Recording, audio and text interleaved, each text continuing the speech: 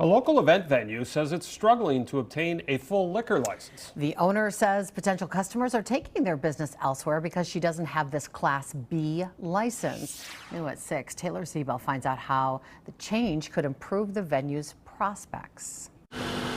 An event venue called Gathering Hub, located in the village of Kimberly, opened its doors 3 months ago with a partial liquor license. But owner Jen Plowman is looking to expand its services by acquiring a Class B license so her business can serve hard liquor rather than only beer, wine, and malt beverages. For me to continue to grow my business, to move into larger scale events, weddings, there's no banquet halls around here. This is filling a need in our community.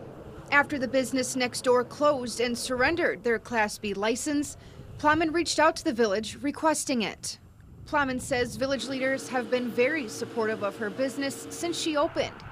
However, the village staff says they are not recommending that license for her business to the village board for a couple of reasons. One of those being, quote, when a business is open only sporadically or for minimal hours by reservation, it does not provide consistent economic activity and does not fulfill the level of public benefit expected from a holder of such a valuable and limited license, end quote.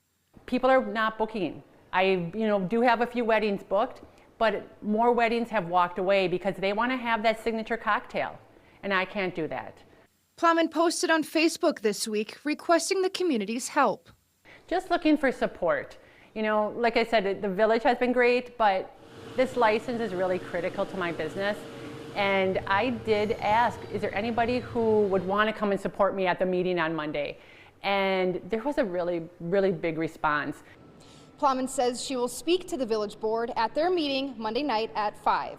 Reporting in Kimberly, Taylor Siebel, Action 2 News.